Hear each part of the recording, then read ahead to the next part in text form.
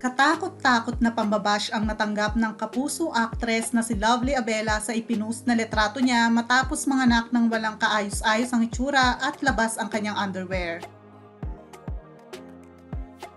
Sa Instagram post noong linggo, ipinost nga ni Lovely ang viral unfiltered photo niya habang pinapadede ang kanyang newborn son na si Liam Emmanuel.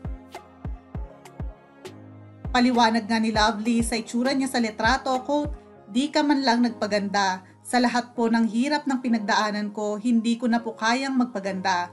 Ang gusto ko lang ay mairaos ng healthy ang anak ko. Nang mga oras na to, wala akong kinapitan kundi ang faith ko kay Lord na hindi niya kami pababayaan.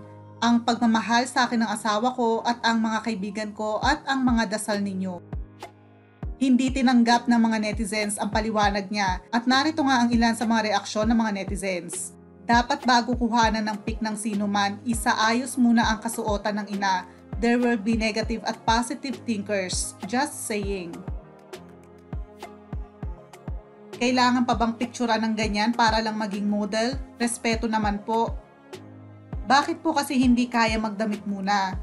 Kung breastfeeding, dapat si baby nakapicture habang nadede, hindi yung nakapanty. Diyos ko, need pa talaga maghubad. Bakit kailangan maghubad tas mag-announce na proud kasi ng anak?